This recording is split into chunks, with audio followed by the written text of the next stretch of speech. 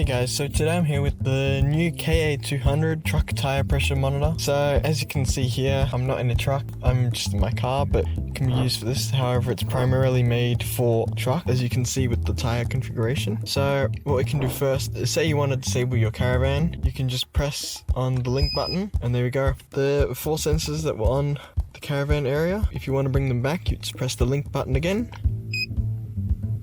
So it should be relatively simple. Navigate between sensors manually. You want to press the plus and negative button, as you can see.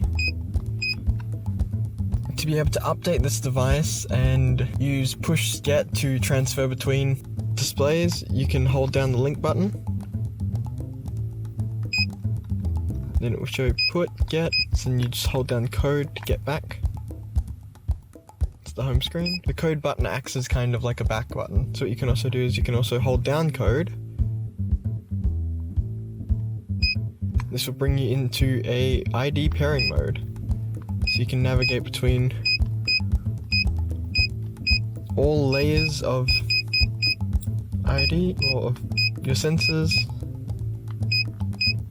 You can move these around, pair them. So the way you pair them is you grab a sensor, and the easiest way to do it is to basically use air pressure.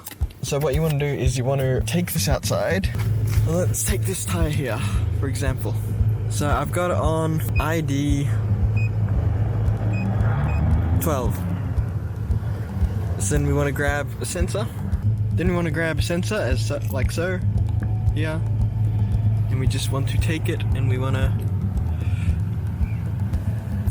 make sure it's on. Then it should pop up here, like so. So then you can press the set button, and then that will take you to the next one. So once you've paired all of your sensors, you can hold down the code button to go back to the home menu. And as you can see up here, our new sensor is paired up the top. Here. So what you can also do is you can hold down the set button.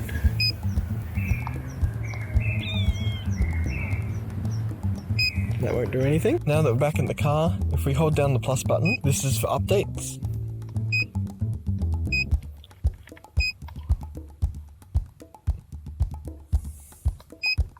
So if we hold down the plus button, we get to the update menu, and that will cast a NRF scan to your phone, which then there are directions on how to update that in another video, or if I had added in. But what you can also do is you can hold down minus.